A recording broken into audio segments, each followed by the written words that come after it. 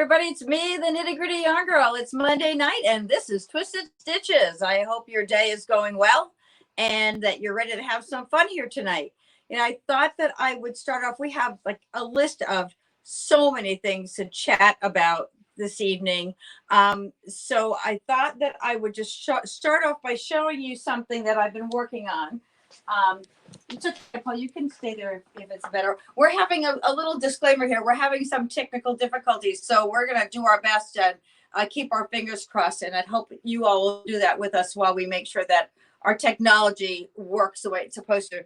So a couple weeks ago, I showed you how this little sweater was coming along, and so now I'm on the other side of the sweater. That was the front.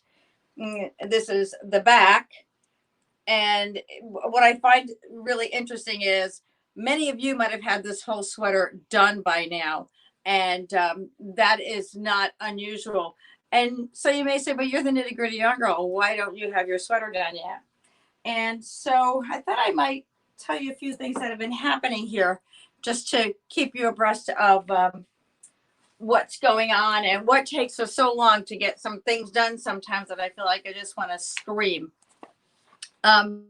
First of all, can you say trunk shows?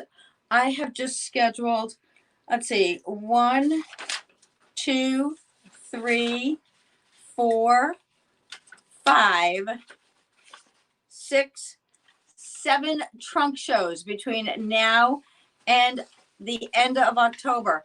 Not to mention the Fiber Festival of New England that's still, fingers crossed, taking place as a live event in November 6th through the 9th at the Mallory Complex in West Springfield at the Big E. So we've got a lot of things happening. Coming up next this week, Thursday, Friday, Saturday, Sunday, you may have seen that Nitty Gritty Yarn Girl is going to be a vendor at Virtual Vogue Knitting Live. I'm really excited about this.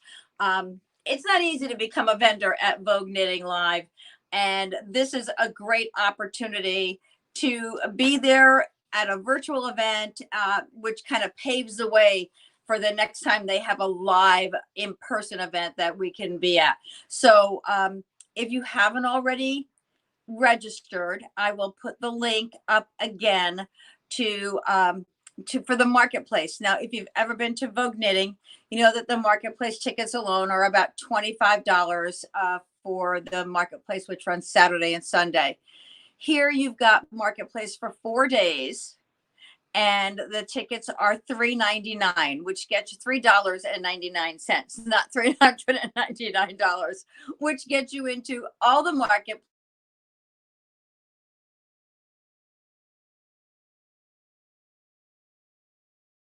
We'll be there Thursday and Friday at 11 a.m. 11 a.m. And then Saturday and Sunday at 6 p.m. I will, my goal is to have a variety of things. Excuse me. A variety of shows, not just the same thing over and over again, which is kind of why I love being Nitty Gritty Yarn Girl. Because I'm able to offer such a variety of yarns and projects and kits for everyone, rather than just being that, that one hit wonder that only has one kind of yarn that they can show you and work with you. Yes. Anna Maria says, hello, everyone. Hi, Anna Maria. I'm sorry, honey. Denny Stark says, congratulations on Vogue Knitting Live. That's amazing. Yeah, we're going to have a good time there. We're going to have a good time. I hope you'll be able to join us.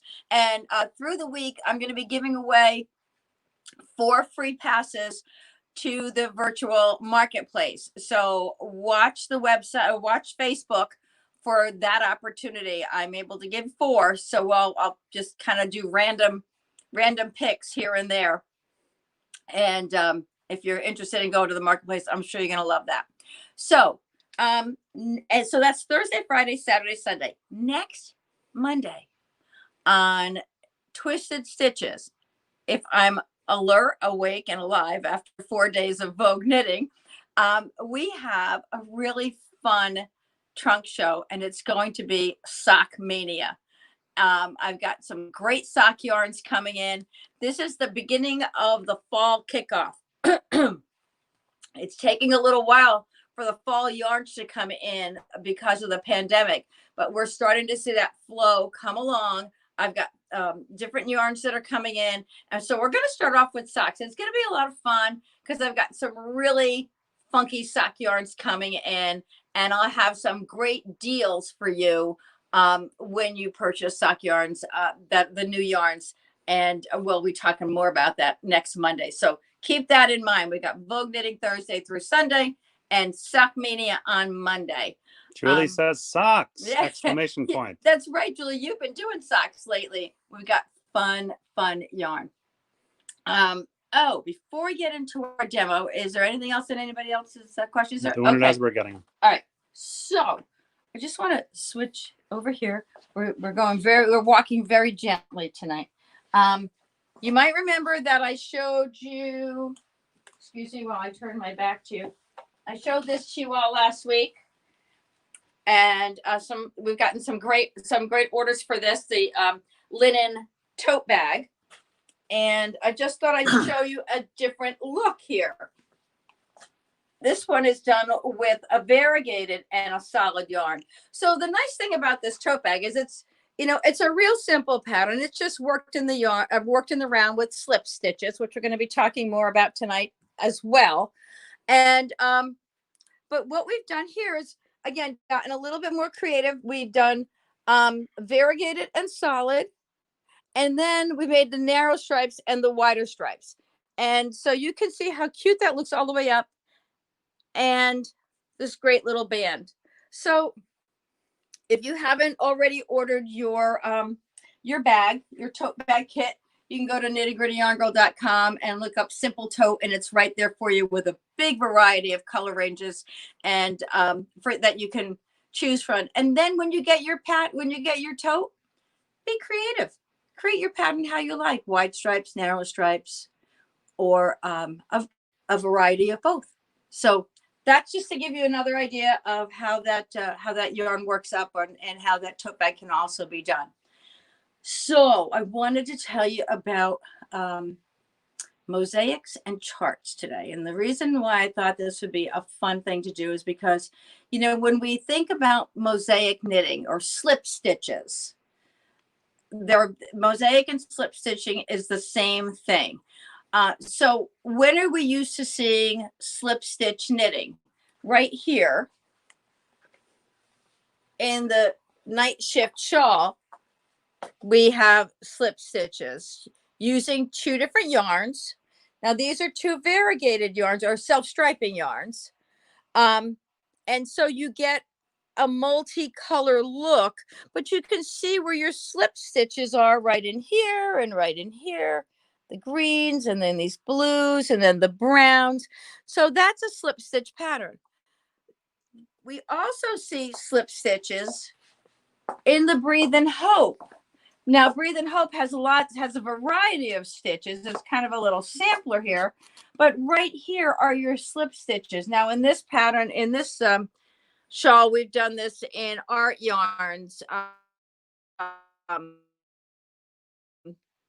Merino Cloud, and we took the beaded silk and sequins for the slip stitch piece of it, and we incorporated the beads into that as well. But this is just knit two, slip two, knit two, slip two, all the way around.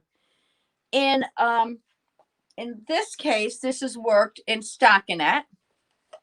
Julie says, I never knew that mosaic knitting is just slip stitches. I'm so ready to try now. It's all it is. That's all it is. And when I show you about how the charts work, you'll see how easy it really is. I don't know if Julie, if you've ever read a chart before, but charts are when people go, oh my gosh, I can't do that. Especially when you see a product like this, oopsie, which is also, here, let me see if I can turn that to you, maybe keep it simpler. You're not moving around as much. Right there, that's slip stitches as well. So you can create something as simple as the night shift using slip stitches, or as simple, and I say simple, as Meet Me at Midnight using slip stitches as well. So let's take a look at the slip stitches and patterns. I love that. I love that, Shaw. Meet me at midnight. Whoa. May I sit, or would you like me to move the chair? Paul's finding the best spot for me to sit. Okay, so I'm going to take my goodies over here with me. And okay, so the first thing I've got put my yarns on the floor for a moment. Let's talk about the pattern. Are you on with me here? Okay. So when I look at this pattern, the construction notes tell me that the scarf starts at the center lower edge and grows outward. Okay. So I know right from the beginning that I'm going to be, this is where my piece is starting. Remember in former programs, we talked about trying to have an idea of what the designer wants you to do. What did the designer have in mind? So this designer is telling us that we're going to start at the bottom of the bottom of the scarf. It's a scarf, and we're going to work out from both ends like that. Okay. So then it says working the mosaic chart. The color used in the first square of each row indicates the color that you're using for that row. So that's pretty simple, right? Linda Bro says, on the slip stitches, do you always slip as if to purl? That's a very good question. And the answer is yes, unless otherwise. You always slip as if to purl, because then when you get on the other side of on the back side of your knitting, your stitch is going in the right direction. Okay, so you always knit from that way. Now, you want me to turn this way, Paul, to show you? Okay, so right here it says the color that you're knitting is indicated in, let's say the color of the first square. So now this first square is clear. So that's going to be my color A. Now, when we get up to row 3, the first square is black, and that's going to be my color B. So I'm knitting when I first start with my color A. And the legend here is really simple. A is this color, B is this color, and the only extra stitch you're never doing anything other than yarn overs. Now, if you had other involved stitches here, like slip knits and things like that, those would also be in the legend as well. So this is a really, really simple pattern. We know we're knitting both sides, and we're only using 2 colors. The first color knitted is the color that is knitted that row, and every other color is slipped. Now, here's the interesting thing about mosaic. If you look at the mosaic, if we can just take a little look at this, and then you look at the picture of the actual scarf, you'll see that this is really just a drawing of what you're going to be knitting.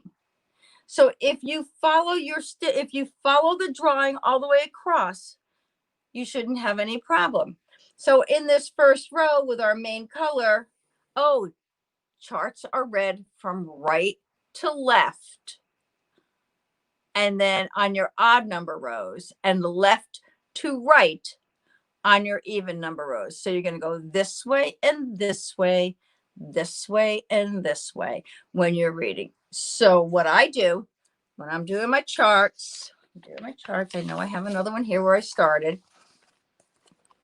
You can see I've marked them. When I knit my first row, I'm done with my first row, I mark it. I go to row 2. It says to knit all the way across. Go to row 3. My first color on row 3 is black. It's my contrasting color. It's my color B. So I'm going to knit with color B, and I'm going to I'm knitting B, and then I'm knitting with black, with the dark color here and the light color there. So here, let me show you. Our friend Carolyn Noller says hello from Virginia. Hello from Virginia. Hello from Connecticut to Virginia. So what I've done here is I marked the front of my knitting. I always mark the front of my knitting, because this way, if I forget to mark something on my pattern, I know where I am. So here now I am on row. I'm on row 5.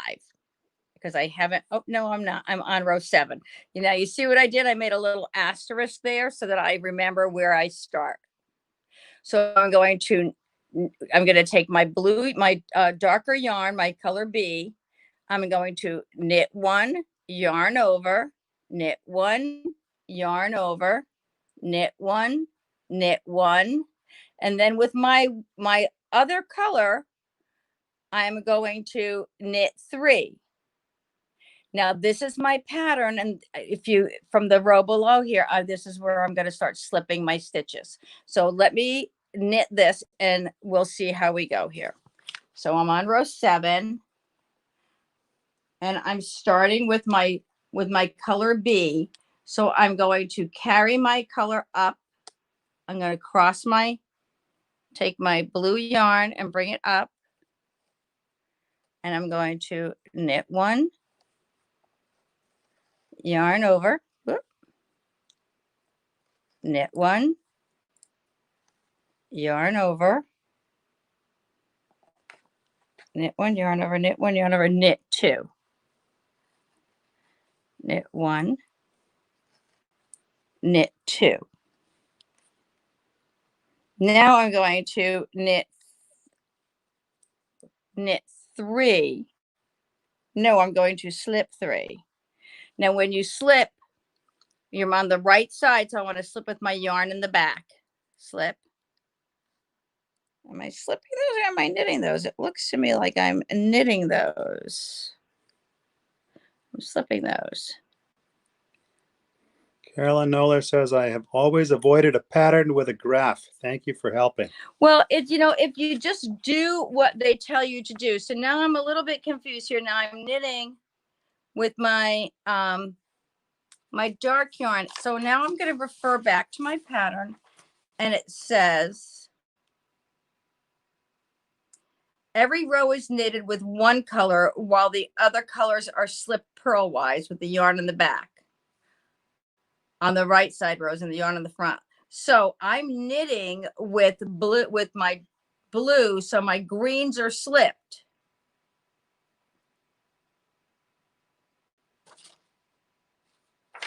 So I'm knitting with my blue and my greens are slipped. Whoopsie. So I had to slip my green, but it said to slip 3. It said to slip 3 and then knit 2, 4, 6 in the blue. So I'm going to knit.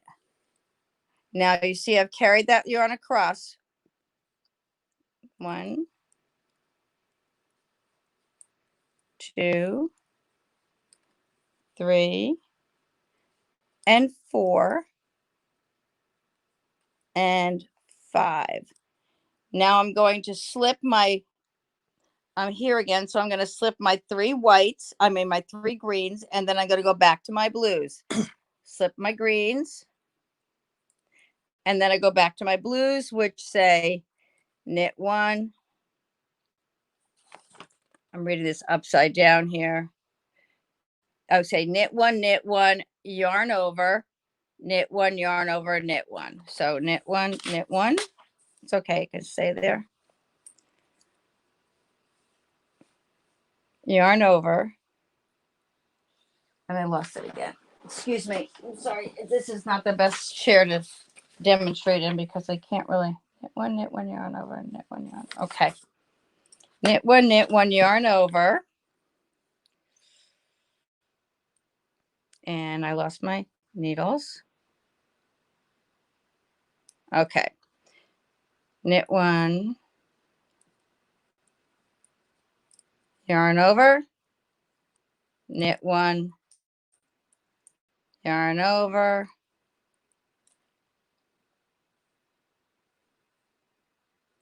and knit 1 and knit 1. So now you start to see how the pattern is coming along. And so what are we creating here? We are creating this piece. So we've done this, and we're going to start, we're creating this piece here.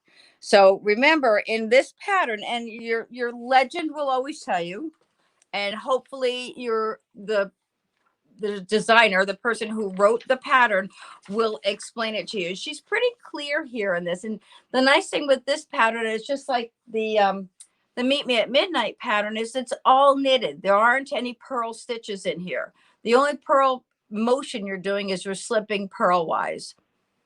So if you just follow your chart, and there have been charts where I actually, when I have lots of stitches in between, like here, what I'll do in this section is I will number 1, 2, 3, 4, 5, 6, 7 in my little boxes so that I know what I'm doing. And it's usually repeated on the other side. So here I'm knitting with in row 9, you can see I'm knitting with the light color. And then I'm slipping the dark, knitting the light, slipping the dark, knitting the light, slipping the dark, knitting the light, slipping the dark, knitting all the way across with my yarn overs at the end. So again, it's just remembering what they want you to do. You're slipping you're knitting the color that's the first color, you're slipping all the other color, you're slipping the other colors. Mosaic is often done, you can have a variety of colors that you're working with. This one I purposely chose only 2 colors, and I wanted to do semi-solid or solid colors so that you could see the design a little bit easier. In Meet Me at Midnight, that shawl is done with 3 colors, and it's really very easy. And Carolyn, you mentioned that you avoid charts or graphs. What some people have done is actually take the graph and translate it into the actual stitches. I have seen patterns where, for example, with the solar flare pattern, am I going to mess things up if I walk around? Please, let's hope that the technology, the internet, stays connected here. In this pattern for solar flare, this actually is charted and written. So if you don't want to pay attention to the charts, It's frozen. okay, well, let's walk back this way. That's what happened. So if you don't want to pay attention to the chart, you can just use the written pattern, and it will work just as fine for you. And that might help you to look at a pattern that's written and charted so that you can kind of compare it, compare your writing to your chart and get used to understanding what they mean by charts. For me, the biggest thing to learn was reading from right to left and then left to right. I had to kind of train my brain to do that. But once you get around to doing that, once you start to figure it out, it's really not hard at all. Are there any other questions there? Oh, I'll read them as we go. Oh, okay. Thank you. Thank you. So another little tip when you're working with charts or even on your pattern in general is I use sticky notes a lot to mark my place. You can stay right there and then you can take a look at the room while I grab my sticky notes here. So what I would do is I would take my sticky note and I would place it right on my row like that. And then once I finish that row, I mark it off and then I take my sticky note and I slide it back up to my next row. That way I always know where I am. There's also highlighter tape that you can use, and that works great if you're able to enlarge your pattern when you're working with charts, because sometimes the sticky tape is the highlighter tape is wider than the actual boxes are. So that's why I find the sticky notes to work best for me. I go through a lot of sticky notes, and I also then, when I'm using them, I can put my little notes right on the sticky notes so I know where I am and what I'm doing all the time. Pamela Rose Atkins says, I find once you get going, it goes along nicely and sticky notes work great. Yeah, thank you. I'm glad you agree. And by the way, Pamela was the knitter of this Meet Me at Midnight shawl. She did an absolutely amazing job. I want to show this to you all again. I know you've seen it before, but I love this. And this is Elizabeth Lavol's silky wool. Really, it's a silk and wool combination, and it is so lightweight. It is just a beautiful shawl. It's great for year round. I love this yarn. It's light and fluffy. It's light and fluffy, right? That's what happens when you go to England with my husband. Okay, and I thought I'd just, and the colors on this shawl are just, there's such a great variety of colors, and they're all on our website. So feel free to browse through and see if there's something that you like there. And if you want to try that, and just remember, we're always here to help you. This is, you're never alone when you're with Nitty Gritty Yarn Girl. I actually had a customer who called me this morning. She's working on our Twisted Stitches shawl, and she's a newer knitter. And, she said, well, do you think I can manage this? And I said, well, here's what you do with this. It's a great pattern. I don't know if you've worked on our Twisted Stitches shawl. It's a great pattern to practice a lot of different stitches, because it's kind of like a little sampler. You're knitting a few rows, you're learning how to do, not learning how to do, but you're using yarn overs and slip stitches and a whole bunch of things throughout the shawl. So it's good. You get practice in, even if you're newer, it's not, you have 225 stitches to practice with all the way across. So my point here is, she called me last night, or sent me a message last night. Can we get together for a couple of minutes today so you can help me to see if I'm still on the right track? I'm on row 40 something out of 80, and I just want to be sure that I'm doing this right. So you're never by yourself. And we just had Linda, one of our, I can't remember who was it this afternoon, who completed her patriotic shawl. And I was on the phone with her as well. So we're here to help you. It doesn't matter if you live in Connecticut or California. This is Nitty Gritty Yarn Girl. We're still a small shop, and we're still here for you. Julie Denny Stark says, that's a beautiful shawl, Pamela Rose Atkins. She did a good job on it. She did a good job. And Julie, I think you're coming to Connecticut soon, aren't you? And I think you had mentioned that you're coming to Connecticut soon. Excuse me, I just want to grab my water. And hopefully we'll get to see you when you're there, or when you're here. So, Paul, if you could just spin that around for a moment. And I just want to show you all the new pins that we got in, the new shawl pins. These are great. I know I had spoken with you about them before. These are all handcrafted by the artist Jay, and they're great shawl pins to accompany your projects. We have these are called petite, and then there are some larger ones as well. And these are $35.99 and $43.99. And they are going up on the website this week. So in fact, I might have already put them out there. Julie's coming tomorrow. Whoa, that's soon. That's great. That's great.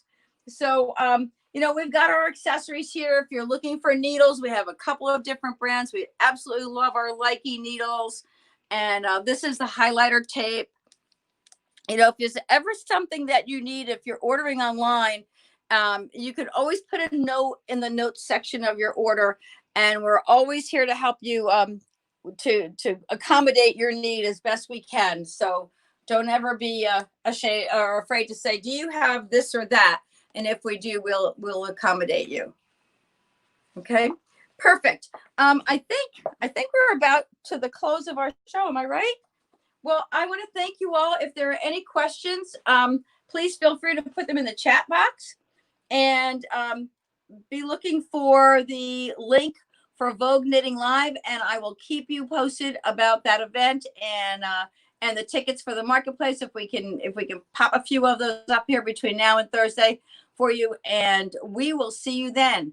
Thank you so much for joining us on Twisted Stitches. We will see you on Thursday at Vogue, Friday, Saturday, and Sunday. We'll put the links up. Oh yeah, we'll put all the links up on the website. See you soon. Have a great rest of your week.